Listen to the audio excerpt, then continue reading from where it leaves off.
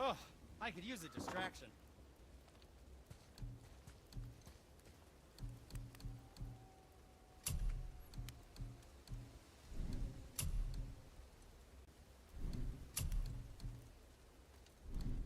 Master Atreus, how may I serve?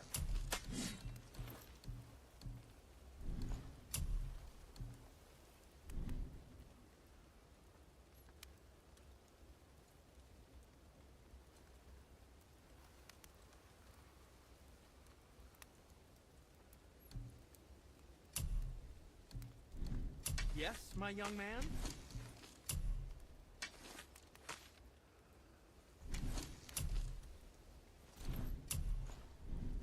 I suppose you prefer my brother's work?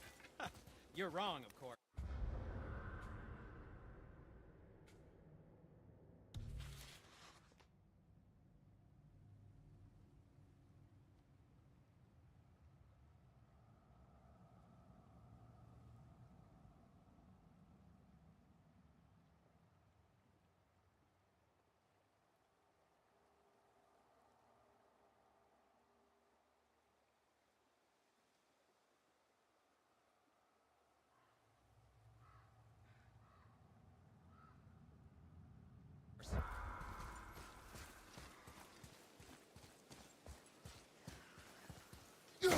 Wait for me!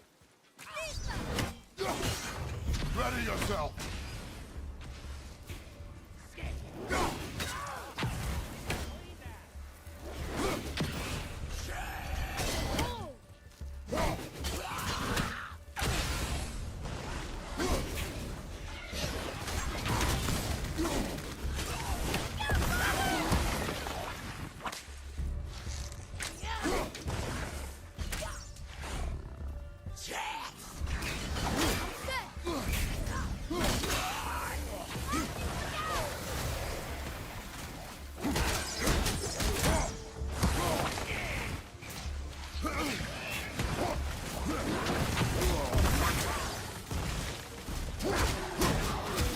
Ready and wait!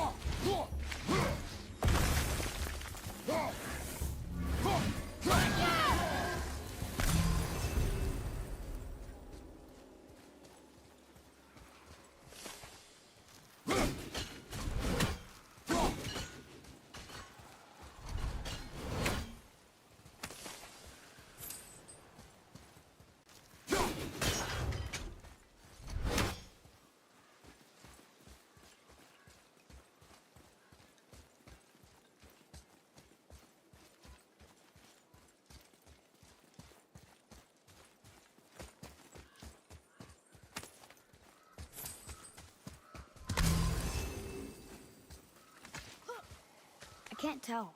Are we getting closer to the mountain? We are.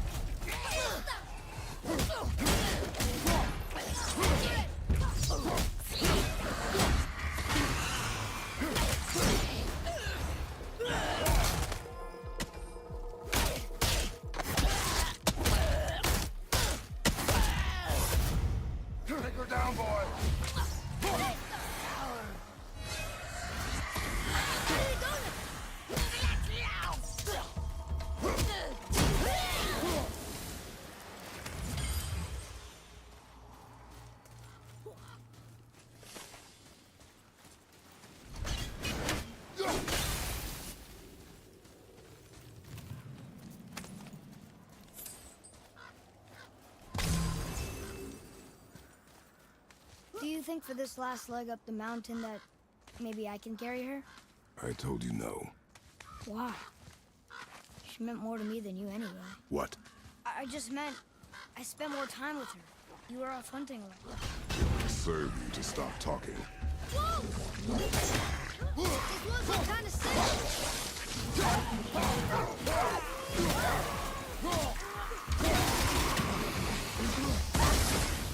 That one's down.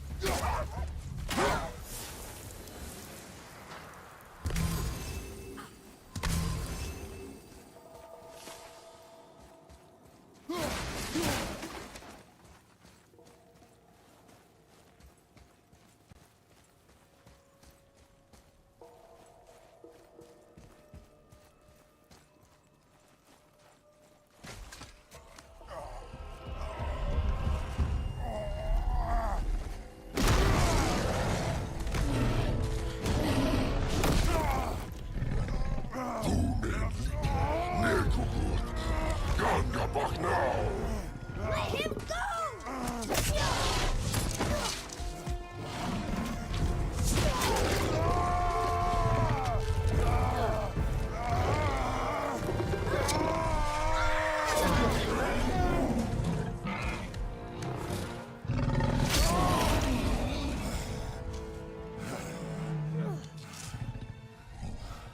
Father?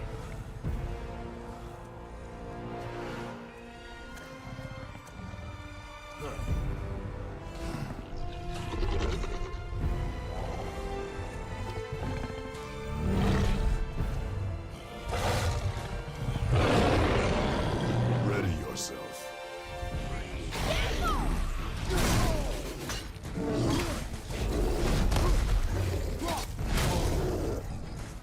Get away from me!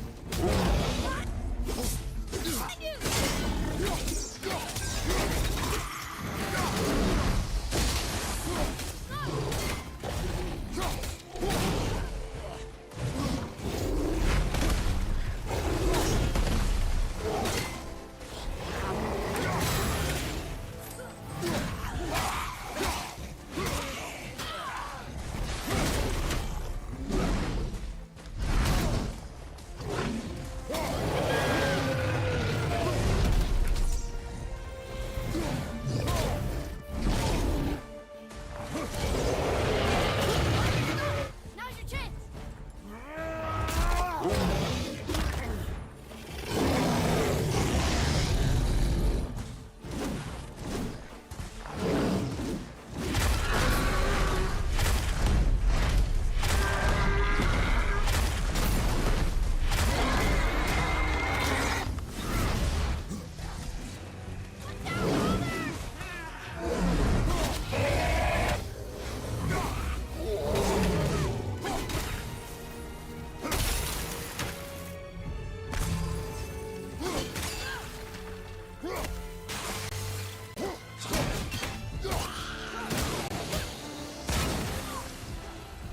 An ogre?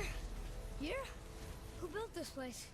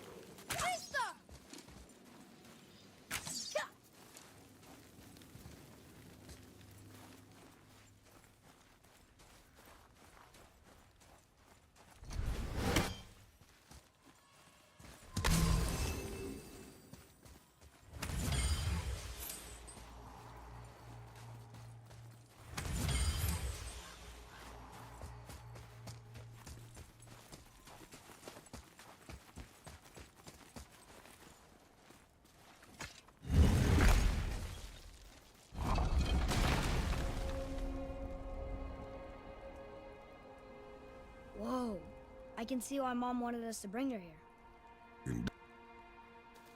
Indeed.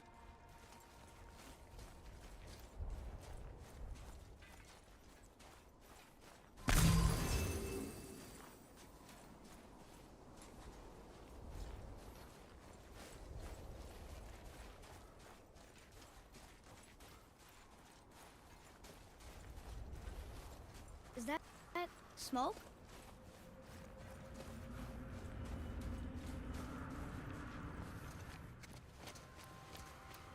Stay back, boy. Ugh. What is that? We must find another way up. The witch! Wish she was here.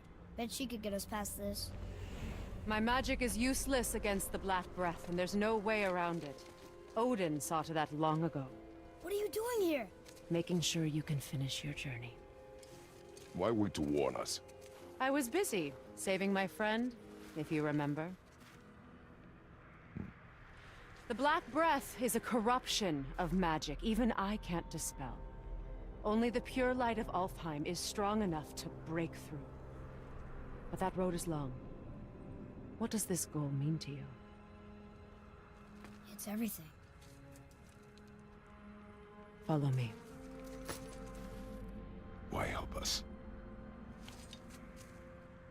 Maybe I see more of myself in you than I'm willing to admit. Maybe by helping you, I'll make up for a lifetime of mistakes. Or maybe I just like you. Even though we shot your friend? Even though you shot my friend, yes. Where must we go? To a realm beyond your own.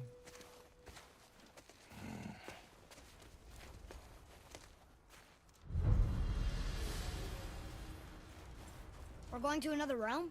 Are you coming with us? Only for a little while. Only for a little while.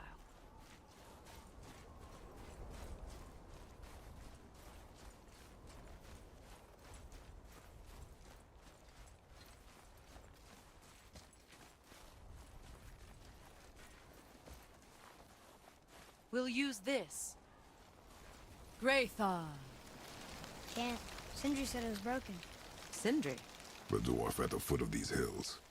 He was fixing it when we got here. Well, no one was there when I passed by. Perhaps he finished. Dwarves are awfully resourceful. And irritating, based on the two we have met. That too.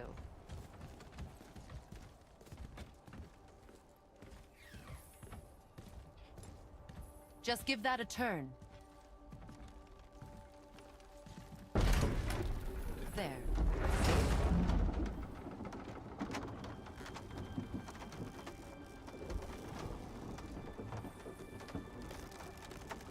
Tyr's temple is at the center of the lake. It is from there we travel to Alfheim. Thankfully, it's no longer underwater. Why is that creature in the bay? No one knows. He just appeared one day. Soon after, Thor attacked, and their battle could be felt across all the realms. Ultimately, it ended in a stalemate, and Thor returned to Odin empty-handed. The serpent stayed and grew so large, he now spans all of Midgard. See? Told you. They've hated each other ever since. Destined to kill each other come Ragnarok. You believe in Ragnarok? I dearly wish I didn't, child.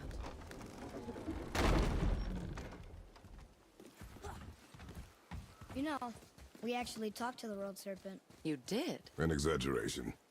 I'm good with languages, even ones I've never heard before. But when he talks, I can't understand any of it. Sadly, no one can. He speaks a dead tongue. Oh. Must be lonely.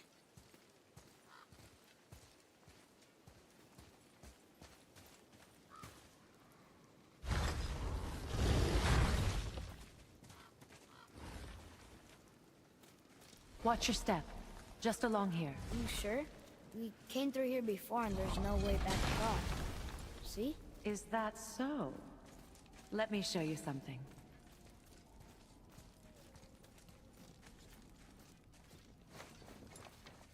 Are you watching? Liosta. What? It's solid. elven architecture. My bowstring was soaked in the light of Alfheim. It can now reawaken the magic of the elves. Wait, it won't just disappear, will it? Not as long as the light shines free. This way. I want one. Those roots. What kind of magic is it? It's Vanir. From Vanaheim? You know? Just stories. Mother didn't say much about the Vanir gods. Just that they're always at war with the Aesir. As compared to Odin and Thor, they're the good guy. There are no good gods, boy. Thought I taught you that.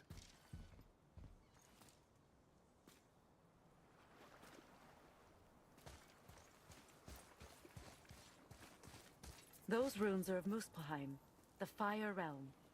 No place for children, even brave ones. The Tongue of Niflheim, a foul place of ice and mists, and dwarven mischief.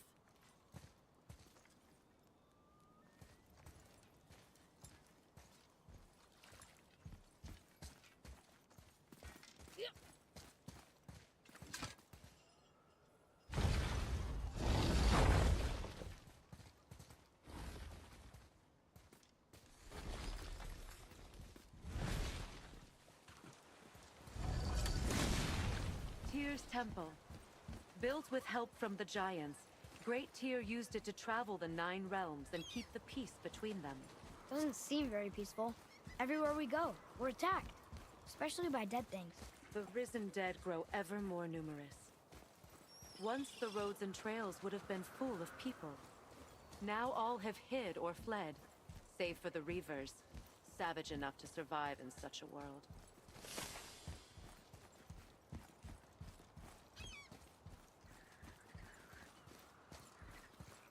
Make a right at the bottom of these stairs.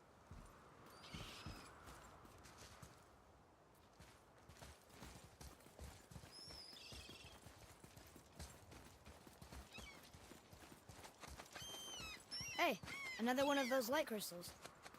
Wait there while I reawaken the light. Leosta. That did it. What are we doing exactly? Mending the disrepair. Start by lifting that axle.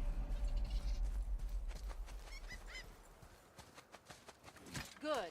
Now push it back into place.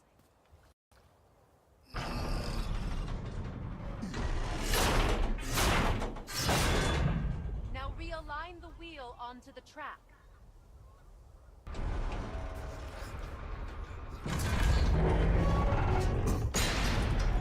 Perfect. Now push the bridge along the track. What? The whole entire bridge is turning. How is the whole entire bridge turning? Boy, you're really strong. Just keep pushing until the bridge reaches its first position. Tired yet? No. He's always been really strong.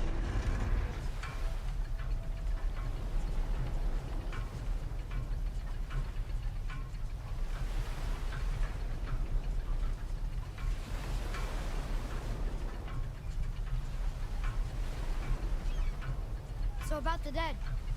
We heard someone call them Hellwalkers. But what are they?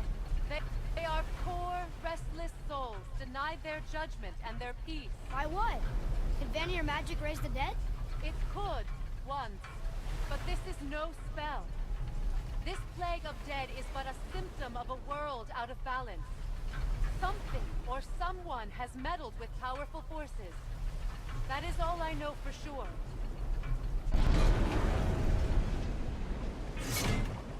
That's perfect. Come back up. We're ready now.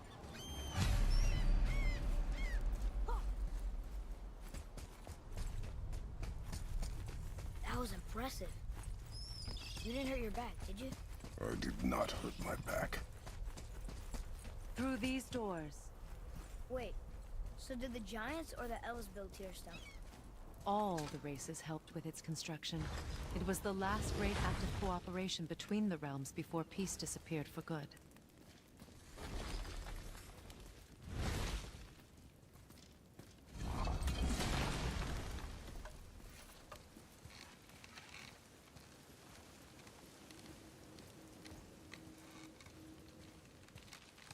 Lyosa. Your bowstring stopped glowing. Its power is now depleted. Only a few knocks of magic remained in the bowstring, and we used them.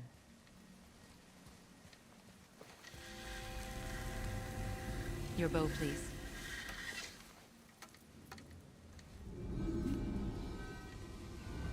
Once you claim the light of Alfheim, infuse the bowstring with its power. Don't forget.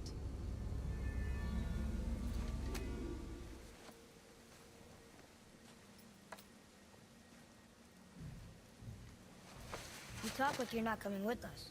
I'll try, but measures were taken to keep me trapped in Midgard. Why? The gods don't care for me much.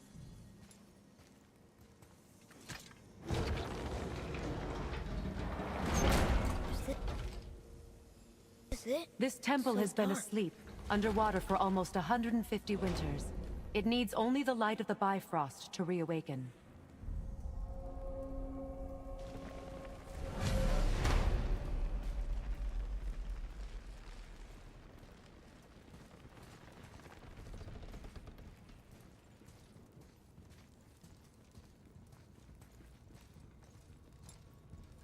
Those roots don't look like your magic.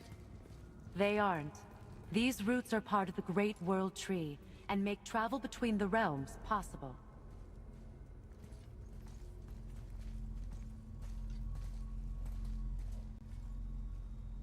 Approach the table.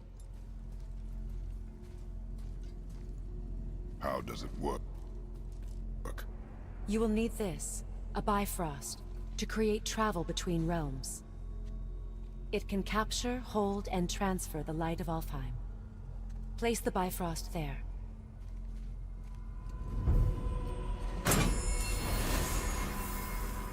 What now? Give it a moment. The temple needs time to wake up from its long slumber. It is from this room, and this room alone, that you will be able to cross between realms.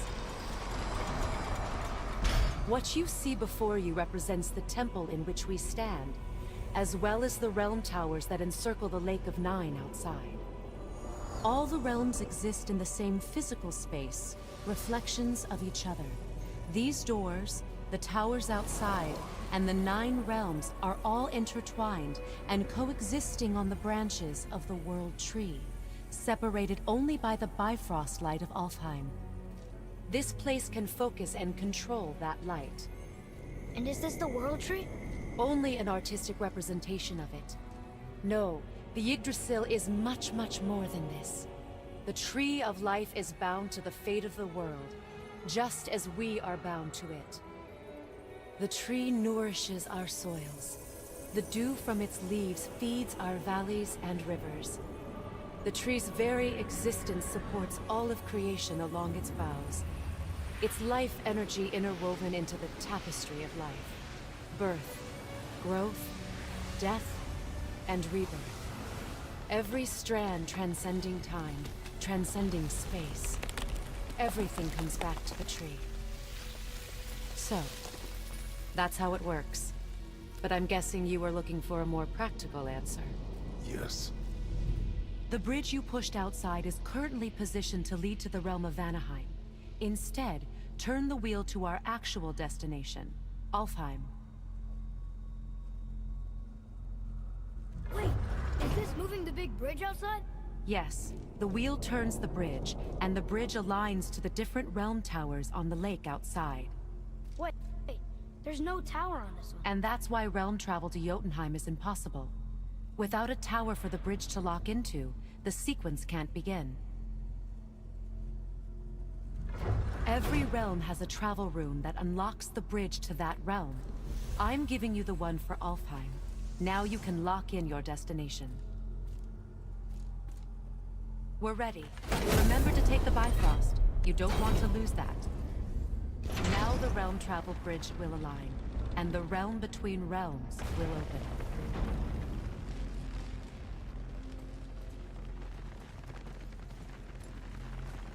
See that giant crystal?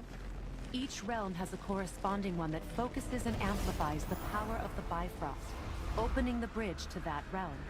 That's why realm travel is only possible from this room. What about that one realm tower missing from the lake? The Jotunheim Tower disappeared from all realms over 100 winters ago, when the giants vanished from Midgard. Where the tower went and how they moved it remain a mystery.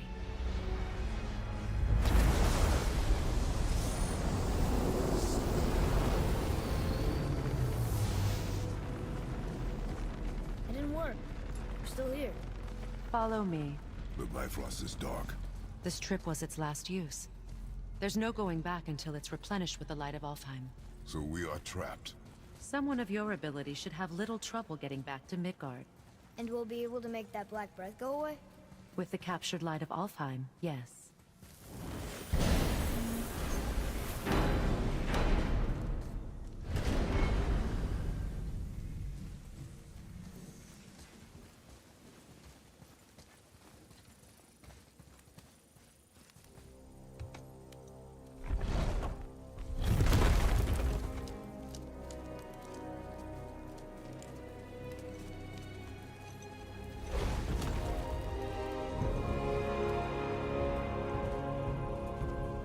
Welcome to Alfheim, gentlemen.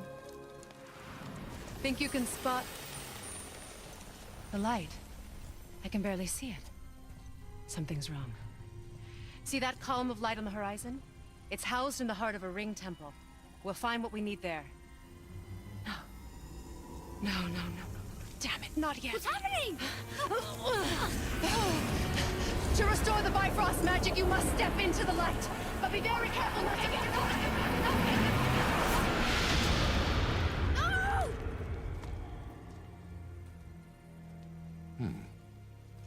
She's not dead.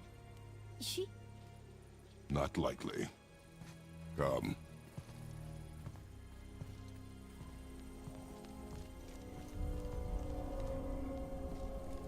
Look at this place. Stay by me. Touch nothing. Okay. What is that? I think you killed it.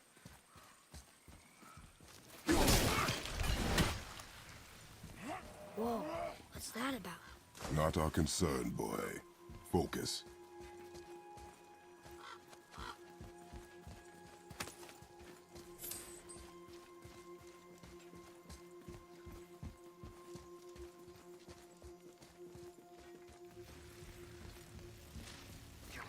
They keep murdering the lighthouse.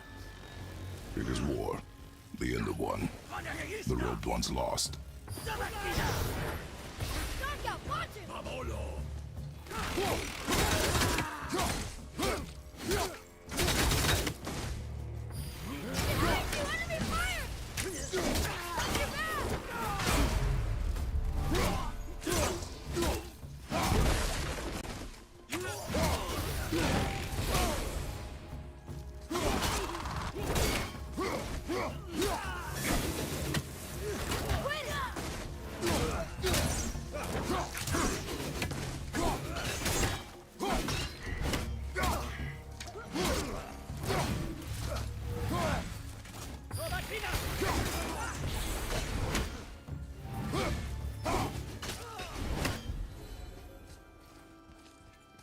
What are they attacking us for?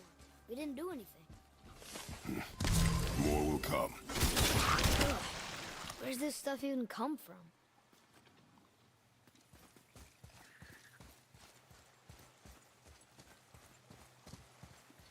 Did you say something? No. Oh, okay. At least we're getting closer to the light. Wait, was that Sindri?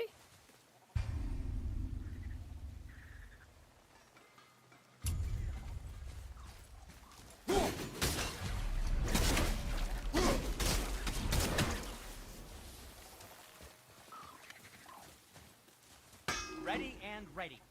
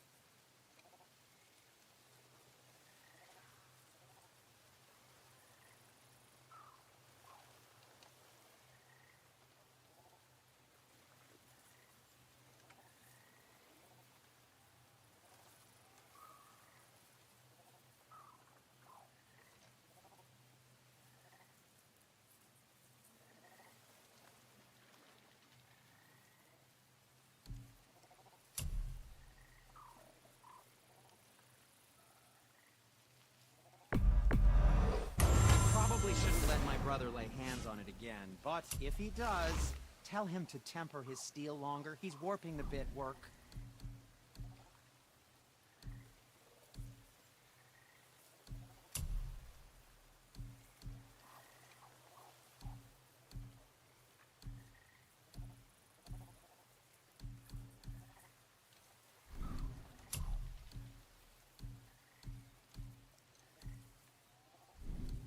And what do you have your eye on?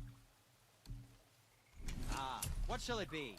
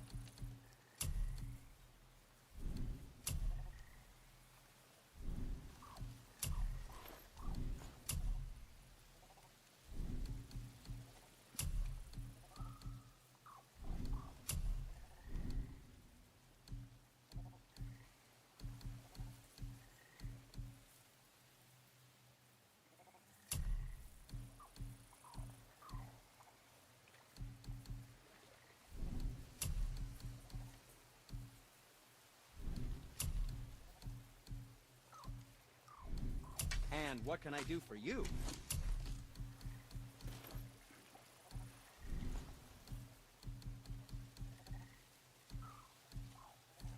Now, there is something else to tell you.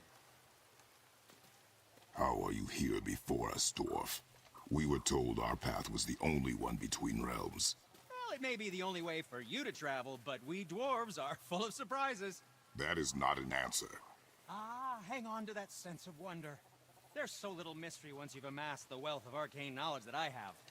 Where to comb the realms for exotic resources. How to craft them into creations that defy imagination. To the novice, I'm sure it all seems like magic, but... oh, all right.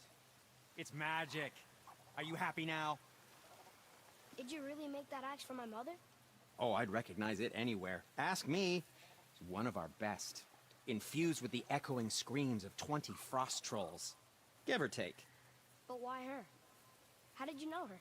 She sought us out in the beginning. She was a special woman. She wanted to protect people.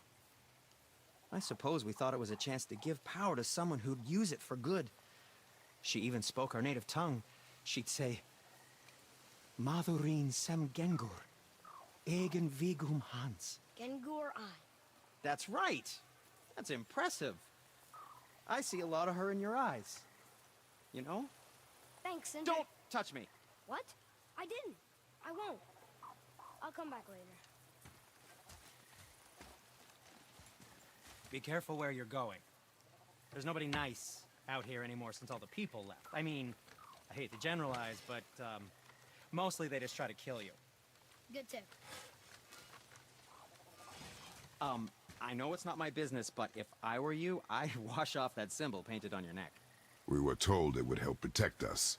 Was that a lie? Oh, no, it's a protection stave, all right, but you can't render that pigment into paintable texture without blending it with boar urine. And is that really better than death? Maybe a little. Well, it's your neck. Ugh. Sindri, have you always been so... Clean? Huh. Don't I wish. No, I was just as unsanitary as the next dwarf until the day a Vanir witch set me straight. She discovered with her magic there are hundreds of thousands of tiny beasties on everything around us. Ugh, so small you can't even see them. No. It's true. And if they get inside you, they make you sick. But the witch told me there's one wood, the oak, that's a natural deterrent. Stops the beasties from spreading. So now, I make all my handles from oak. See? I think of these things. Okay, back to work. So how come Brock's blue and you're not? Boy, Oh, it's fine. Very good question, actually. You see, my brother's not as careful as I am. In fact, he prefers to work with metals using his own bare hands. Ugh. No gloves. Says it's the only way he can hear what it wants to be. Touch enough raw silver and it changes your skin irreparably. That means forever. I wouldn't bring it up to him, no. You know how sensitive he can be. I guess that makes sense. Sindri, why don't you just make up with your brother already? Me? Make up with him? Because he's an obstinate pighead incapable of change.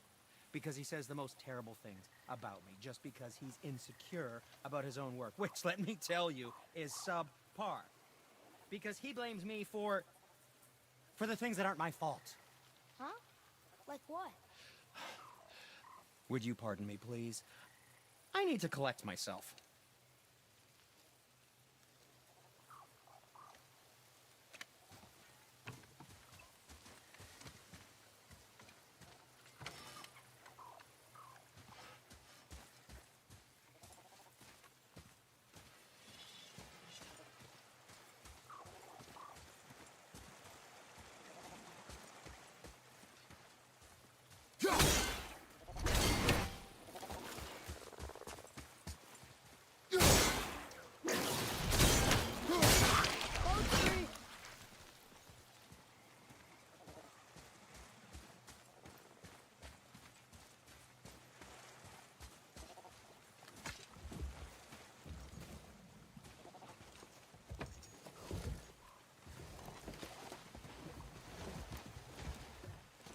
What'd you say?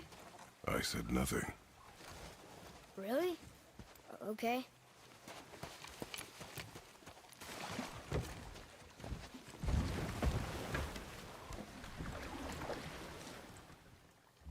Did your mother speak of this realm? Not much.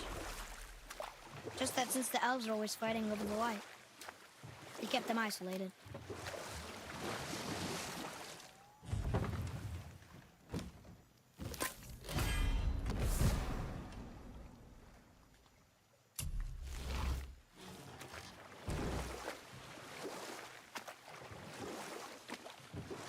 Huh?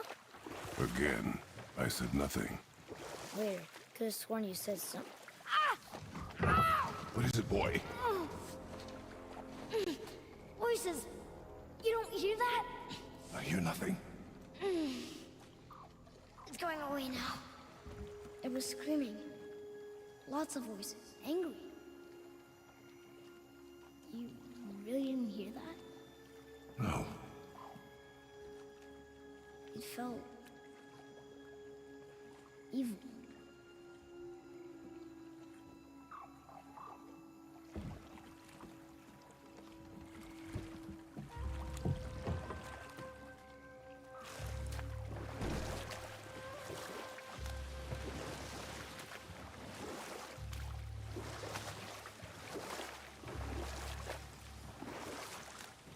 Look! Should we try talking to them? No. But maybe they need help. They do not stop us, so they do not concern us. But They do maybe... not concern us.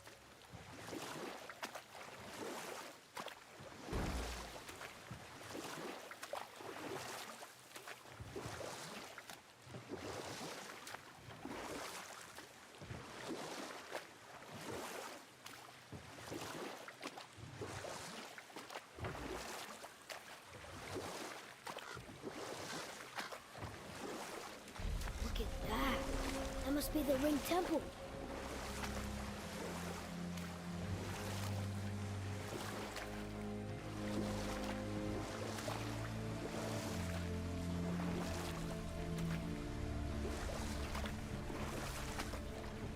It's sad the elves can't work things out. Alfheim's such a beautiful place, but war makes it ugly. You see with the eyes of a child. In war, the soldier sees beauty only. The blue door! That's gotta be the entrance. Let's go! Careful, boy. What are they doing?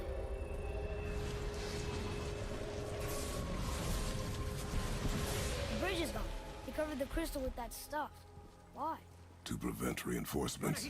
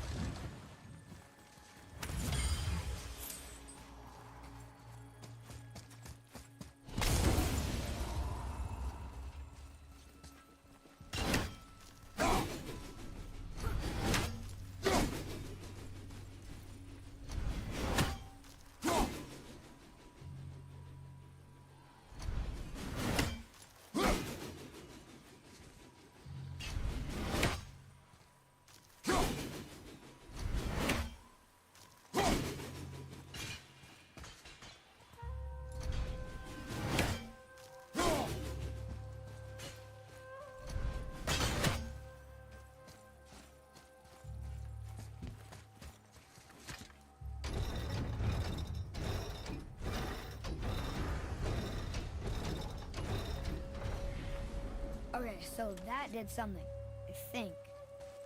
Here we go! Watch your back!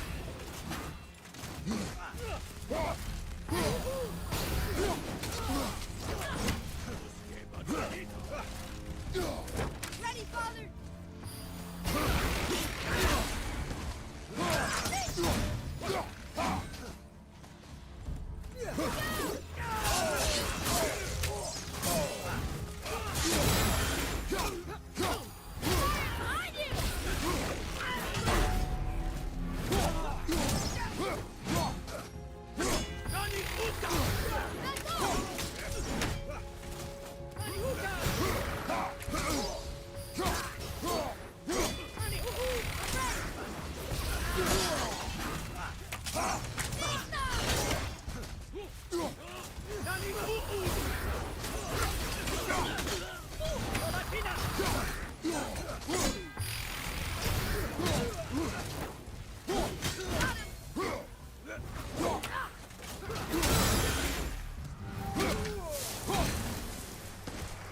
What is their problem with us? We do not belong here.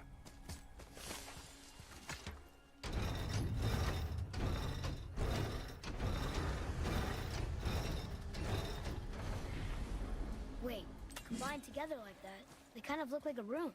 It doesn't make sense. Come, back to the boat.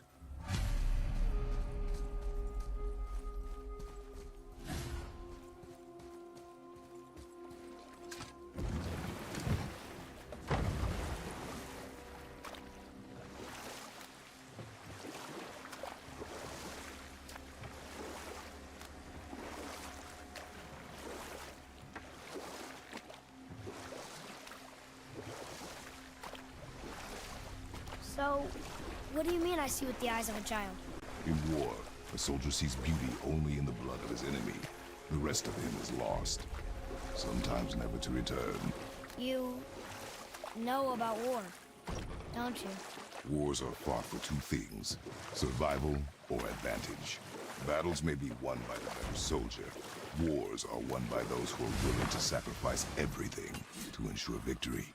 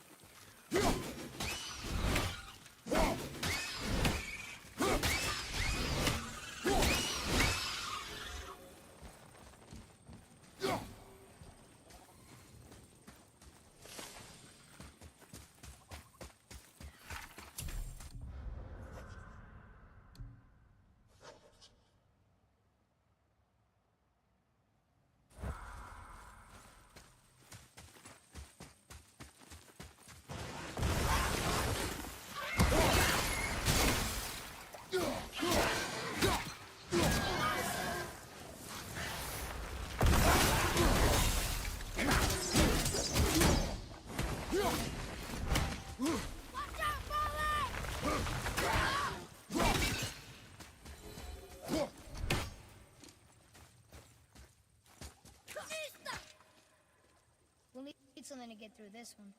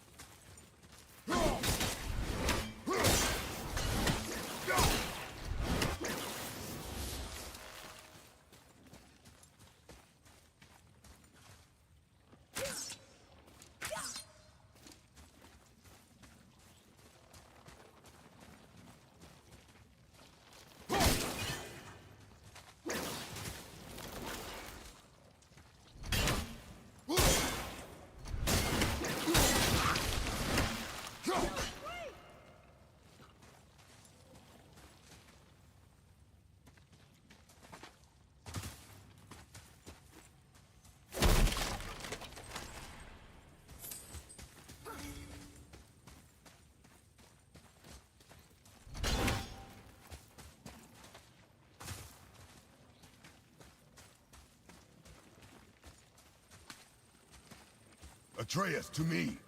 I'm coming!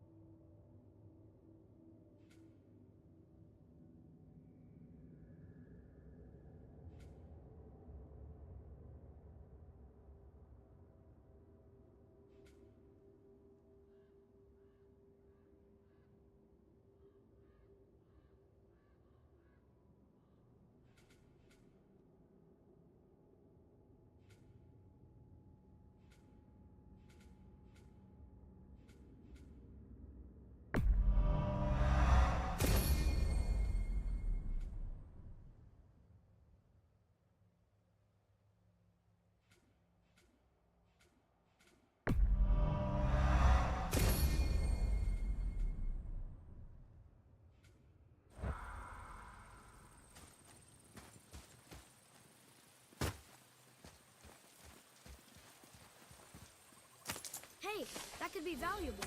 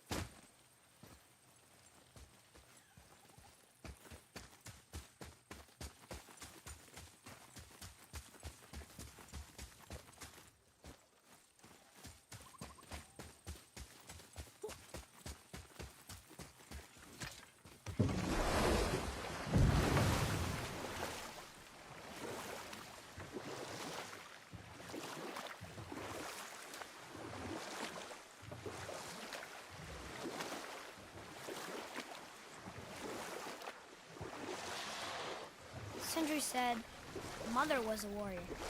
Was she in a war too? Of a sort. Enough. Stories are for the boat. We must focus. Father, the pillars and ring form an elvish rune. What does it ask? Without me or within me, death is sure. Yet within you, I am life most pure. Yep, it's water, all right.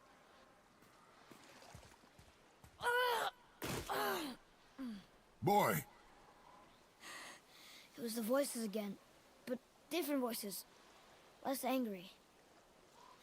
They were asking for help. We are here for the light. I do not care who they are, nor what they want. You never care about anything. You have something to say? No. Uber.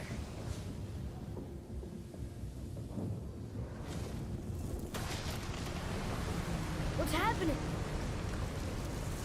Whoa! Look what we found!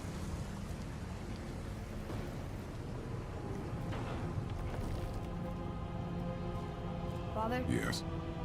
The voices I heard, it was hard to make out, but way in the back I'm pretty sure I heard Mother. That is not possible. But I know what I heard. Atreus, enough. He looks different. Look at those horns. Behind me, boy. That can't be good.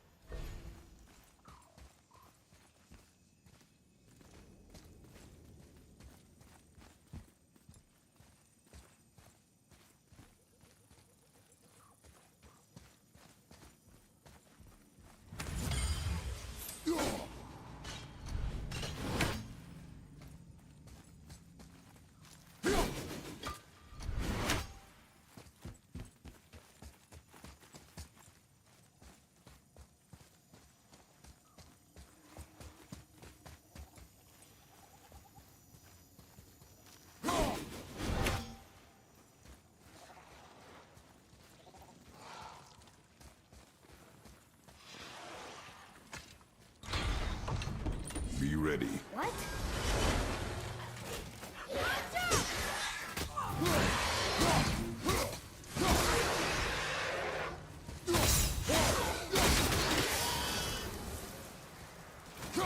Worth it.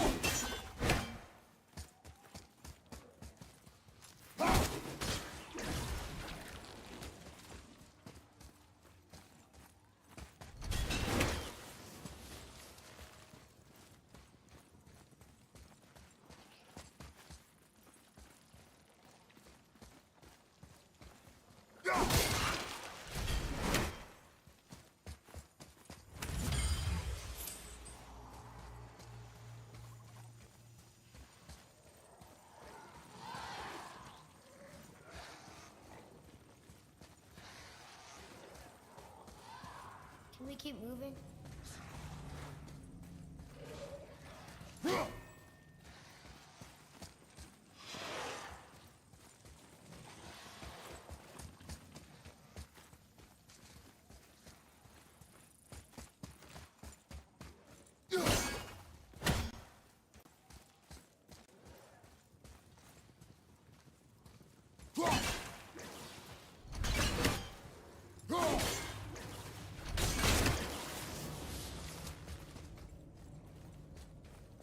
Father, over here.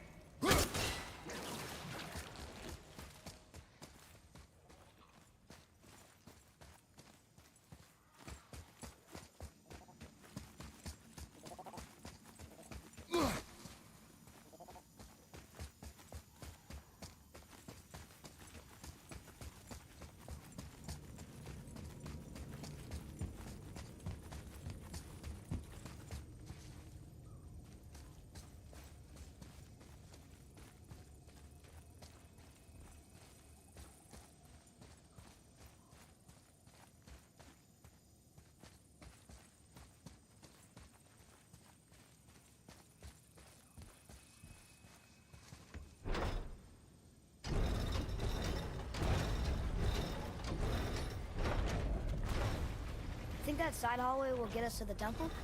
We will find out.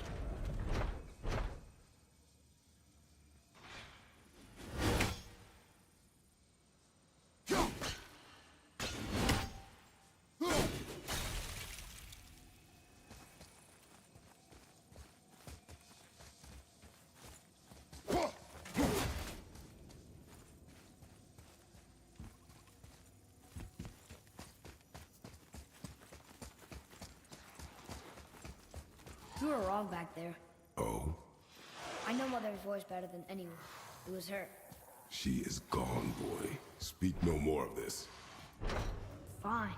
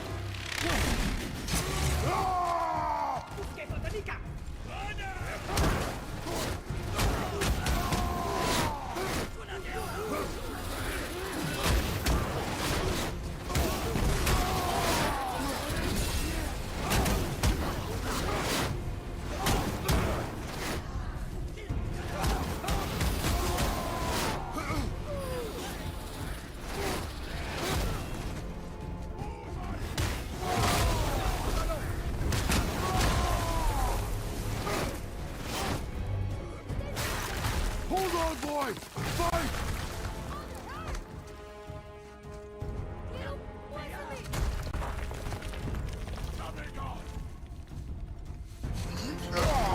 Run, boy!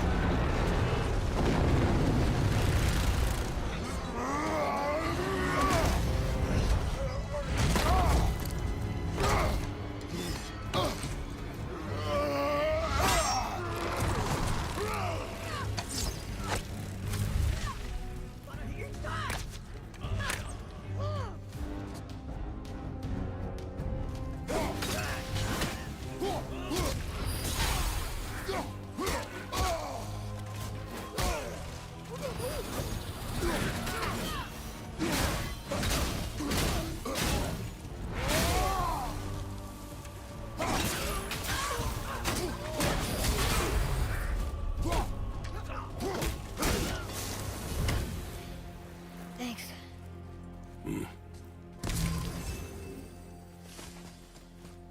No way across here. Too bad the witch's bowstring doesn't work anymore.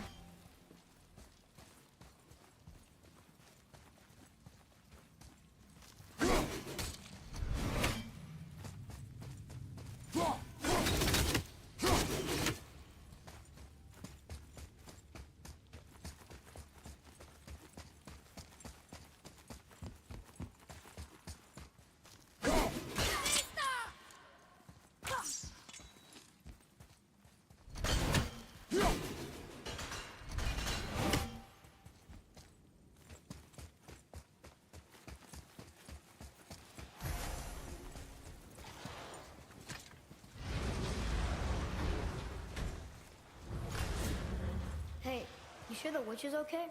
I hate to think she died helping us. She knew what she was doing. Okay.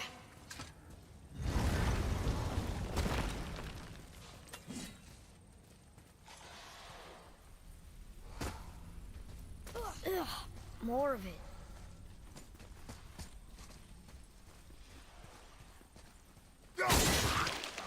If we cut enough away, the bridge above us should reappear. Right. Expect resistance. Right.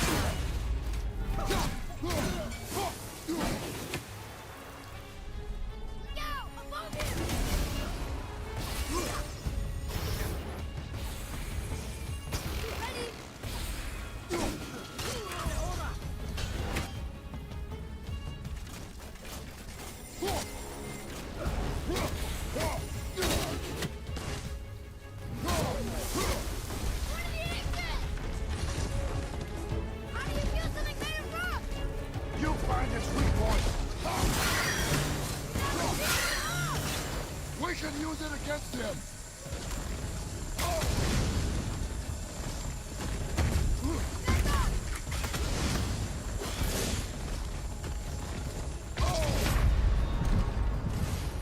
Hang on! I can't believe that worked!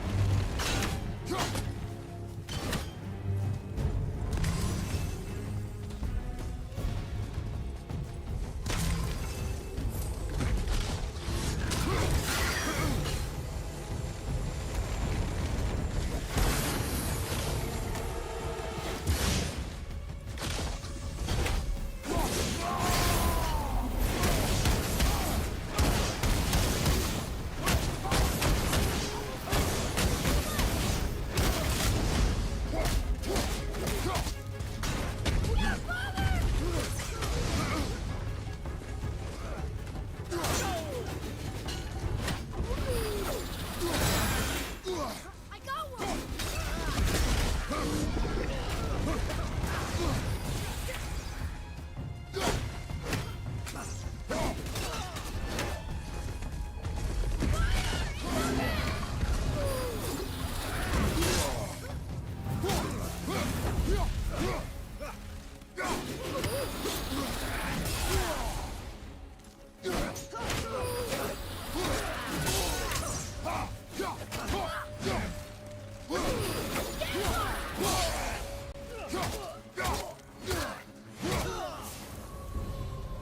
That was good.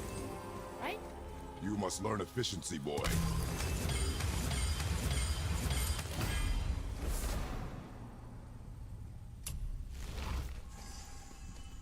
Well, there it is. Watch our backs, boy.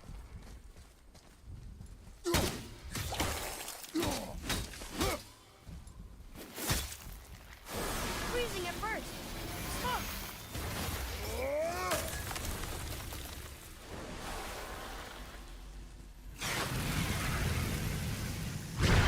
I did it!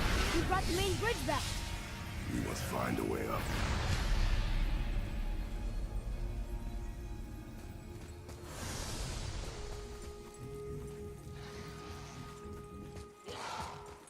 Huh. Guess the light makes more than bridges. Maybe this will spit us out on top.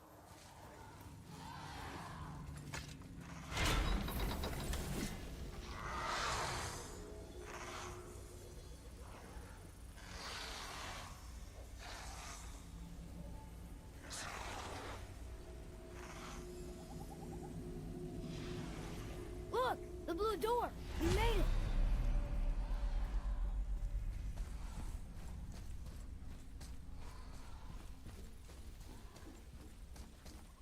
You know, I will never get used to walking on solid light.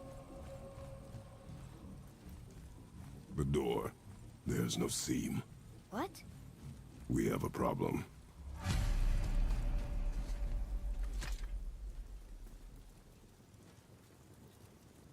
These doors do not open. Hello? I don't get it. Why even have a door then? Hello? Come. We will find another way in.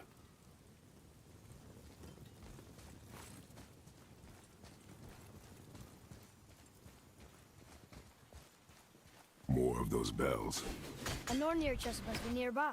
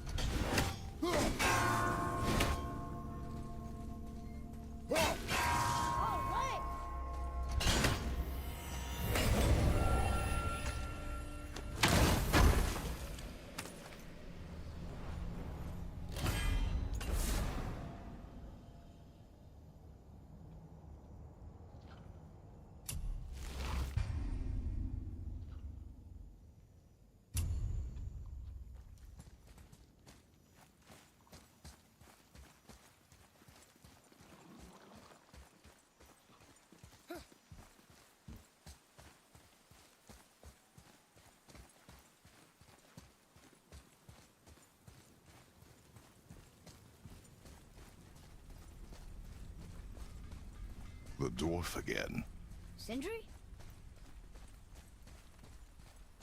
Hey, Sindri. This way. Hey, Sindri. Could... Whoa!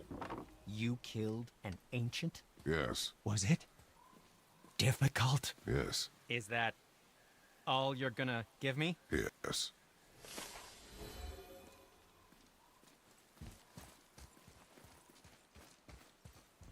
Very well.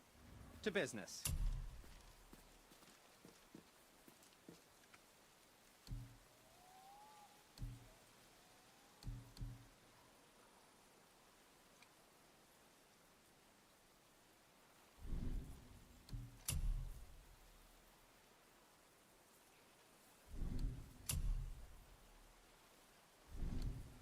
Oh, we can't forget you.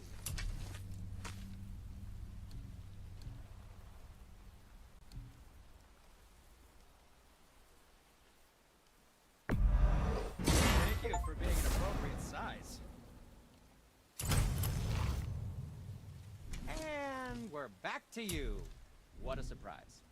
Anything you need, young sir.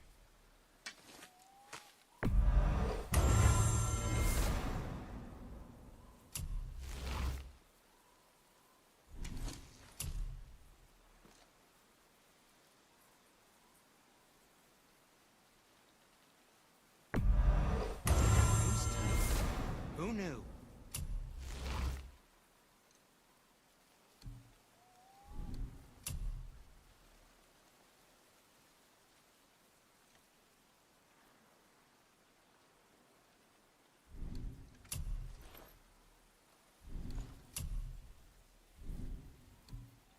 Be seeing ya.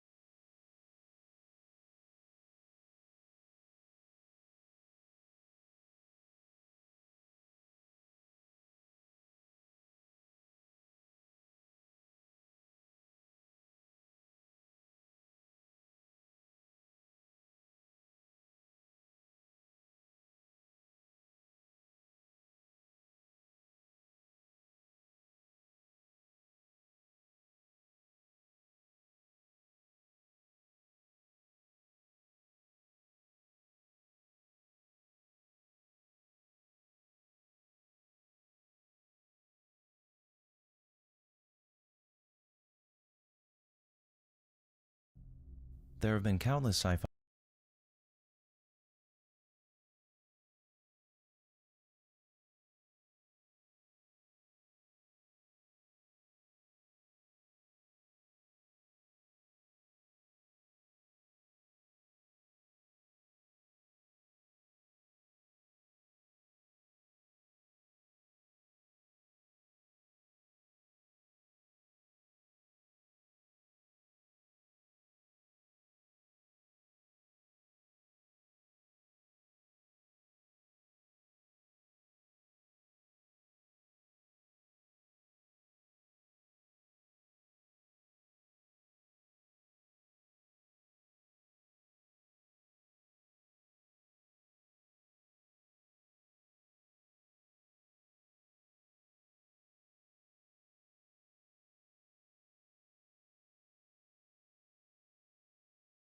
horrors created over the years, and most of them appear to be evil on the surface, and they are. But for a select few, once you take a moment to think about why they're terrorizing people in any given story, you find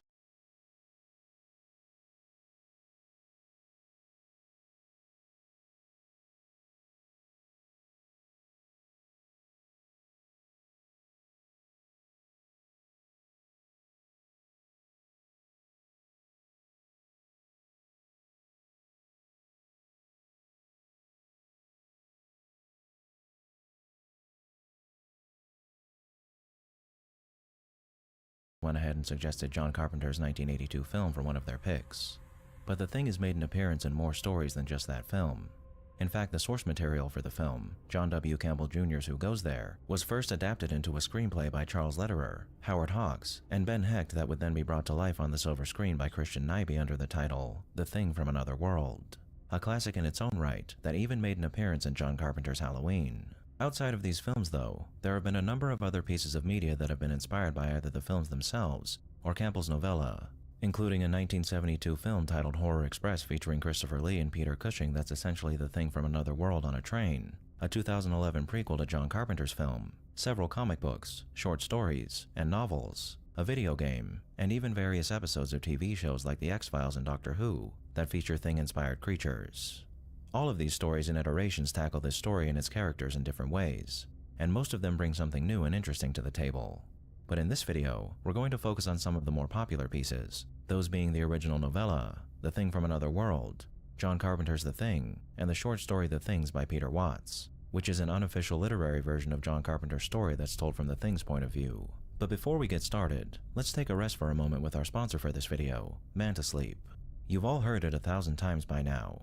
If you're not getting good sleep, then you aren't in good health both physically and mentally, and it's hard to get the rest your body needs if you're constantly disrupted by unwanted light or noise invading your sleeping area. But you'll never have to worry about that again once you pick up a few life-changing products from Manta. Manta offers 8 different styles of sleep masks that gives all types of sleepers the eye protection needed to make your dreaming hours as peaceful as possible. And all of Manta's masks feature unparalleled adjustability, a premium feel, and pro-nap movement that can soothe your eyes as they protect them if you choose their steam or cool masks, or even your ears with the sound mask and its built-in Bluetooth headphones, which is the one I have right here that I can't sleep without now that I've experienced the better quality of sleep my Manta mask has allowed me to have. But recently I've been using a couple new products Manta launched that have made my resting hours even better, their white noise machine and earplugs. The white noise machine is compact and features tactile movement that allows you to adjust between 15 different sounds even while in the dark, and their earplugs are the most comfortable and soundproof I've ever experienced, blocking out all those little sounds that keep you awake, but ensuring that you can hear your alarm just fine when it's time to get up. And if you need some extra help blocking out unwanted sounds, either of these choices are more than capable of handling the job. Manta's selection and quality are hard to beat, and though the holidays have just passed, I encourage you to browse their website and pick through all the different features of the mask they offer to find the one that best suits your needs, or the needs of someone dear to you that could use a little more rest as well, as no matter what time of year or what your sleeping schedule is, I guarantee a mask from Manta Sleep will only make you or someone close to you feel infinitely better while you're sleeping and awake. So if you're like me and the slightest sound and tiniest pinprick of light disturbs your slumber, head over to mantasleep.com and use the code VIOLET at checkout to get 10% off your order and enhance your sleeping experience today. Thank you Manta Sleep for sponsoring this video.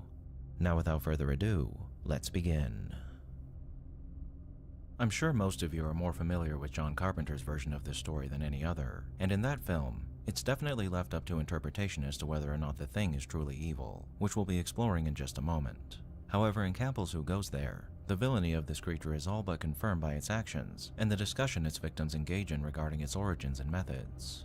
Set in Antarctica, much like John Carpenter's film, the story beats are much the same, save for the fact that many of the men at the base as well as the base itself survive at the end. And rather than attempting to build a ship to escape, the thing builds an anti-gravity backpack that it was going to use to jump from place to place. But the biggest difference here is that the thing itself takes on a much different appearance. Here the thing is described as a blue humanoid alien with 3 mad, hate-filled eyes blazed up with a living fire, bright as fresh-built blood, from a face ringed with a writhing, loathsome nest of worms, blue, mobile worms, that crawled where hair should grow, giving us a glimpse of either this creature's true form or the form of a creature it had imitated prior to crashing on Earth, something we never get to see in the 1982 film.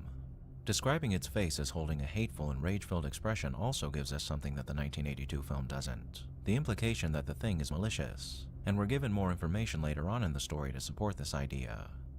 Alright then, Blair.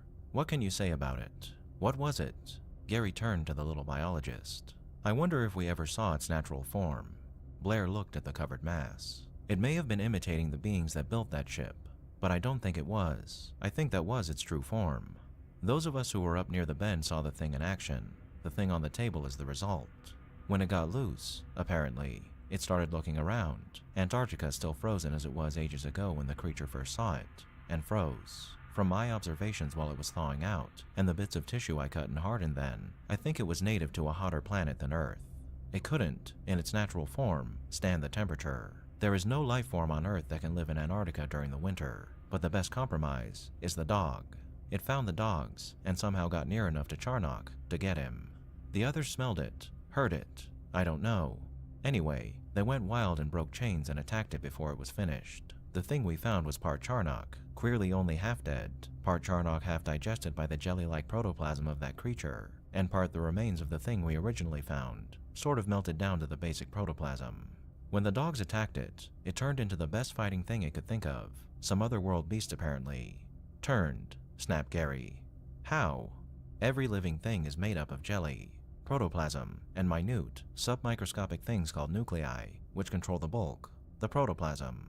The thing was just a modification of that same worldwide plan of nature. Cells made up of protoplasm, controlled by infinitely tinier nuclei. You physicists might compare it, an individual cell of any living thing, with an atom. The bulk of the atom, the space-filling part, is made up of the electron orbits, but the character of the thing is determined by the atomic nucleus. This isn't wildly beyond what we already know. It's just a modification we haven't seen before. It's as natural, as logical, as any other manifestation of life. It obeys exactly the same laws. The cells are made of protoplasm, their character determined by the nucleus. Only in this creature, the cell nuclei can control those cells at will. It digested Charnock, and as it digested, studied every cell of his tissue, and shaped its own cells to imitate them exactly. Parts of it, parts that had time to finish changing, are dog cells, but they don't have dog cell nuclei. Blair lifted a fraction of the tarpaulin. A torn dog's leg with stiff gray fur protruded. That, for instance, isn't dog at all. It's imitation. Some parts I'm uncertain about. The nucleus was hiding itself, covering up with dog cell imitation nucleus. In time, not even a microscope would have shown the difference. Suppose, asked Norris bitterly, it had had lots of time. Then it would have been a dog. The other dogs would have accepted it. We would have accepted it. I don't think anything would have distinguished it. Not microscope, nor X-ray, nor any other means. This is a member of a supremely intelligent race, a race that has learned the deepest secrets of biology and turned them to its use. What was it planning to do? Blair grinned unpleasantly. Take over the world, I imagine. Take over the world? Just it? All by itself? Connick gasped. Set itself up as a lone dictator? No, it would become the population of the world. Populate the world. Does it reproduce asexually? Blair shook his head and gulped. It doesn't have to. It weighed 85 pounds. Charnock weighed about 90. It would have become Charnock and had 85 pounds left to become, Jack for instance, or Chinook. It can imitate anything. That is, become anything. If it had reached the Antarctic Sea, it would have become a seal, maybe 2 seals. They might have attacked a killer whale and become either killers or a herd of seals. Or maybe it would have caught an albatross or a skua gull and flown to South America. Norris cursed softly. And every time it digested something, and imitated it, it would have had its original bulk left to start again. Blair finished. Nothing would kill it. It has no natural enemies because it becomes whatever it wants to. If a killer whale attacked it, it would become a killer whale. If it was an albatross and an eagle attacked it, it would become an eagle. Lord, it might become a female eagle, go back, build a nest, and lay eggs. Now obviously Blair's assertion that it would take over the world is just speculation, but given that the thing appears hostile, is intelligent and capable of complex thought considering it attempts to build an anti-gravity device to escape at the end of this version of the story, and never once makes an attempt to communicate with anyone, and immediately chooses violence after being released from its icy prison, I'd say that's not far off from the truth. Furthermore, later on in the story, we're given the following statement from Dr. Copper. The thing is selfish. You didn't think it looked as though it were possessed of a store of the higher justices, did you? Dr. Copper pointed out. Every part of it is all of it. Every part of it is all for itself, I imagine. If Conant were changed, to save his skin, he'd have to... But Conant's feelings aren't changed. They're imitated perfectly. Or they're his own. Naturally, the imitation, imitating perfectly Conant's feelings, would do exactly what Conant would do. It's interesting to see this stated here, as frequent viewers of this channel will know that I've often made the claim that being selfish isn't evil, but evil is always selfish. And by all accounts, the thing in the original version of this story is indeed a selfish creature who cares not for anything or anyone but its own survival and imminent lordship over the earth. That being said, that's still just speculation, and we never learn whether or not this being truly did endeavor to conquer the earth, or if it was simply an alien creature lashing out at what it perceived to be threats to its safety in a hostile and foreign environment. What further adds credence to the latter assertion is the fact that this creature is stated multiple times in this narrative to be imitating those that it possesses, not actually possessing them. For if it were truly taking over the minds and bodies of the men it targeted, it may have been able to read into their thoughts and learn that they weren't threats to it, which could have changed its actions here, however unlikely that is. So because we don't actually know whether or not it was truly malicious in this story, it's hard to claim that it's evil. However, the physical evidence we're provided as far as its demeanor and actions go suggests that it definitely could have been as the characters in this story claim. And personally, I like to think that this thing was actually evil, but I wouldn't fault you for concluding that it isn't evil, or its motives too vague to make an accurate judgment. The thing from another world, on the other hand, I think it's safe to say that this creature is more animal, or rather plant, than anything else, and isn't evil at all. Once again, the story beats in this version are pretty similar to the source material, despite the setting being changed from Antarctica to Alaska, and then the North Pole. However, this thing isn't a worm-faced blue alien that seems hell-bent on destruction and domination, but rather a hulking, seemingly unintelligent plant-based creature that feeds on blood to survive. This thing never tries to build its own escape method, but it did arrive on this planet in a flying saucer, so it's more than possible that it's capable of intelligent thought, forming complex plans, and crafting advanced machinery. But it's also possible that it hijacked this craft, or that it's some horrid result of plant-based experimentation by whatever species created it. Due to the fact that it needs to feed on blood to survive, and isn't attempting to kill people for some unknown reason, I personally think this version of the character is more trying to preserve its own life in this new environment it's found itself in, and is thus more animalian in nature than anything else, as I stated earlier, which makes it about as evil as a Venus flytrap, feeding on flies. Regardless of what's true here, it's pretty cool to see the Marshal of Dodge City as a hulking monstrosity, so if you haven't seen this version yet, I'd recommend watching it whenever you get a chance. Now on to nearly everyone's favorite version of this story, John Carpenter's The Thing. Now despite not appearing as a blue three-eyed alien with rage and hatred plastered across its alien face, this version of The Thing is just as scary, if not more so than the original version of the monster, with the imitations it creates here being grotesque abominations that make one's stomach turn as much as it terrifies you. As far as evil goes though, this thing is the most ambiguous of them all. We never get to see its true form, nor do we ever hear it speak or communicate in any way. And aside from the fact that it came here in a spaceship and attempts to create another one over the course of the story, everything about this thing is rooted in mystery, leaving a lot of questions unanswered. Unlike the thing found in Campbell's story, however, there is something that can potentially clue us into what this thing's motivations are in this version. Like the Campbell version, this thing doesn't feed on its hosts. It imitates them in order to outmaneuver them and hide amongst them. So we can't claim that what it's doing is for the sake of sustaining itself like we could with the thing from another world iteration. However, in Who Goes There, the characters postulate that the thing created its anti-gravity device in order to hop from one continent to another, and that supports their theory that it was trying to travel across the planet in order to assimilate all creatures on Earth and conquer the planet. The Thing here, on the other hand, attempts to craft a ship, and that opens up the possibility that it wasn't going to travel to other parts of the Earth to assimilate everything on the planet with it, but rather that it was attempting to return home. Now, the Thing from the novella could have been trying to use its anti-gravity device to travel to a place that had more materials it could use to craft a ship to return home as well. But the fact that it shows clear displays of malice in this version allows us to conclude that it may be operating with ill intent, whereas the Carpenter version of the character is terrifyingly brutal, but never displays any indication that it's doing what it's doing with some nefarious goal in mind. So with that in mind, it's entirely possible that John Carpenter's Thing wasn't evil, but there's also the possibility that it was, and given the information we have about this creature in this version of the story, as a standalone piece, the Thing's moral designation is nearly impossible to discern, as the lack of any motive outside of its construction of a spacecraft leaves us little to go off of here. However, the Thing's short story by Peter Watts opens up an entirely new possibility, that being that the Thing isn't evil, nor an animal, nor even a stranded being attempting to return home, but a being that believes itself benevolent, that's only trying to do what it thinks is right. As I mentioned in the intro, this story is essentially the same as John Carpenter's film, but it's told from the Thing's point of view.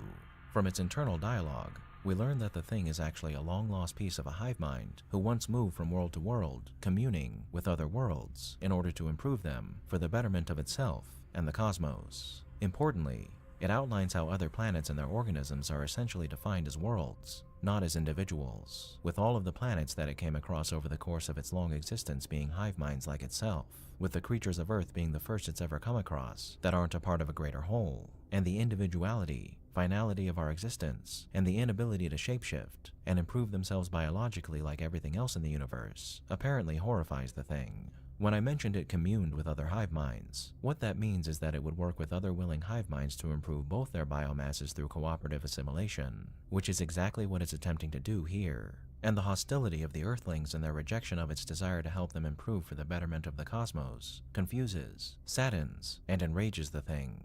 For as I mentioned earlier, it sees itself as benevolent, and Earthlings, all Earthlings, as inferior cancerous beings who don't know what's good for them, anomalies that, as it states at the end of the story, it will change regardless, forcing salvation into them if it has to. It's really a fascinating story, one that I wanted to read some excerpts from for you, but I don't want to spoil any of it, so if you'd like to read it, you can find a link to it in the description. That aside though, what this retelling of Carpenter's film gives us is something interesting, the ability to claim that the Thing, as far as it is concerned, is not evil at all. It's simply a creature caught in a horrifying environment, doing what it's always done, and it's only trying to help the poor sorry creatures of this planet become something more. Despite that, we are more than capable of claiming such a being as evil, as it would for all intents and purposes destroy us in order to make us into what it believes to be better creatures. And I, for one, have no problem claiming a creature that would attempt to take away everything and everyone I love for the sake of betterment, evil. But what do you think? Have I been accurate with my assessments of each version of this character that I've discussed here? With such an ambiguous entity like the Thing, I'd love to know your thoughts down below, as we can all benefit from hearing different perspectives, especially with a character like this. So please, leave a comment down below with your thoughts on any or all versions of this iconic monstrosity. Thank you all for tuning in to this episode of Analyzing Evil, and I hope you've enjoyed. Make sure to leave a suggestion for a villain you'd like to see featured down below, and be sure to like the video and subscribe to the channel if you haven't already. A big thank you to my existing subscribers, my patrons, my members, anyone who's decided to honor me with a super thank, and especially our Dark Lord channel members, Elijah Kai and Effigy. And a most vile thank you to those whose names you're seeing on screen now.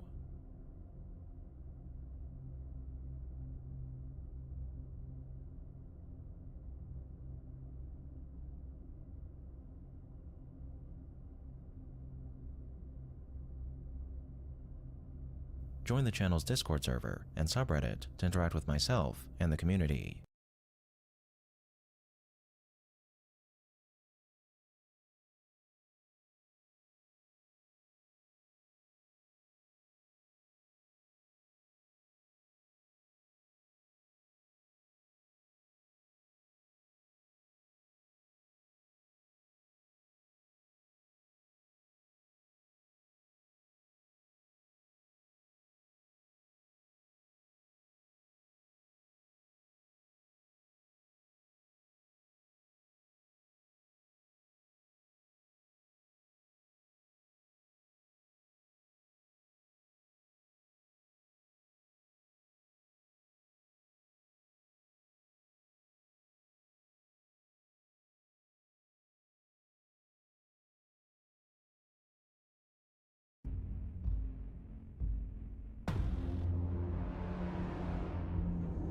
The Primarch Reborn demands the impossible.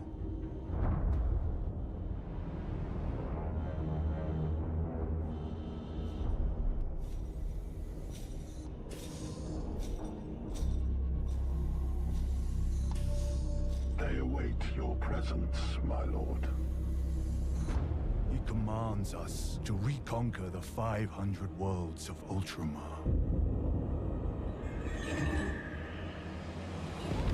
In the 10,000 years between his death and rebirth, how many worlds have been scoured by the archenemy?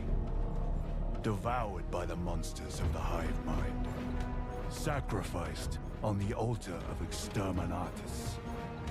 He is a demigod out of time. Fighting for a golden age that can never dawn again. Welcome home.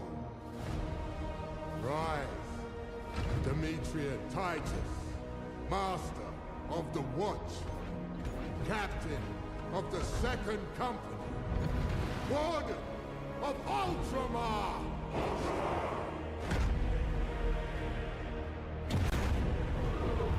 The Primarch Reborn demands the impossible. But only in death does duty end. I was there when he painted this. An oddity among his schematics and calculations. Yet, this seemed to help him. A way he could express the enormity of his plan, on how deep the rot goes.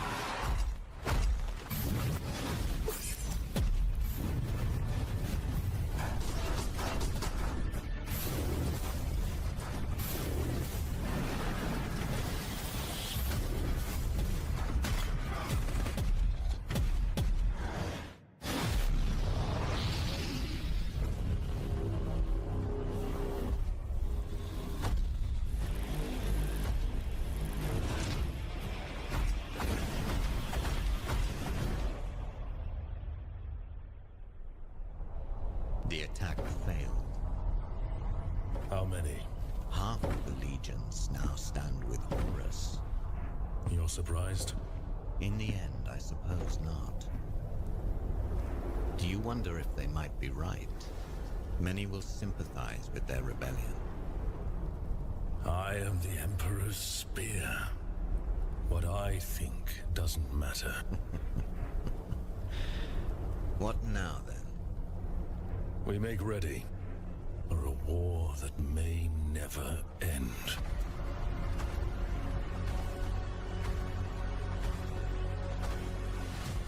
I never wanted this. I never wanted to unleash my legions.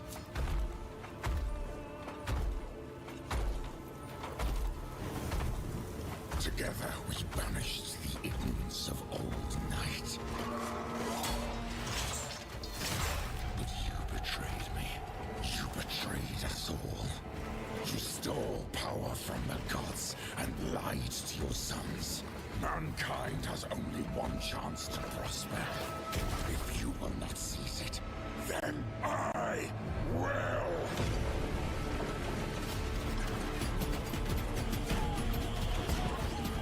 So let it be war.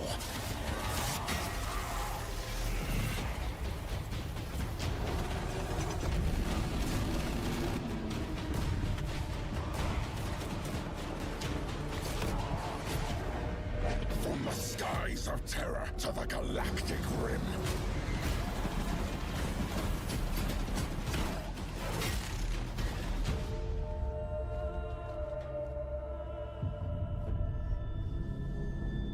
Let the seas boil. Let the stars fall. Though it takes the last drop of my blood, I will see the galaxy freed once more. And if I cannot save it from your failure, Father, then let the galaxy burn.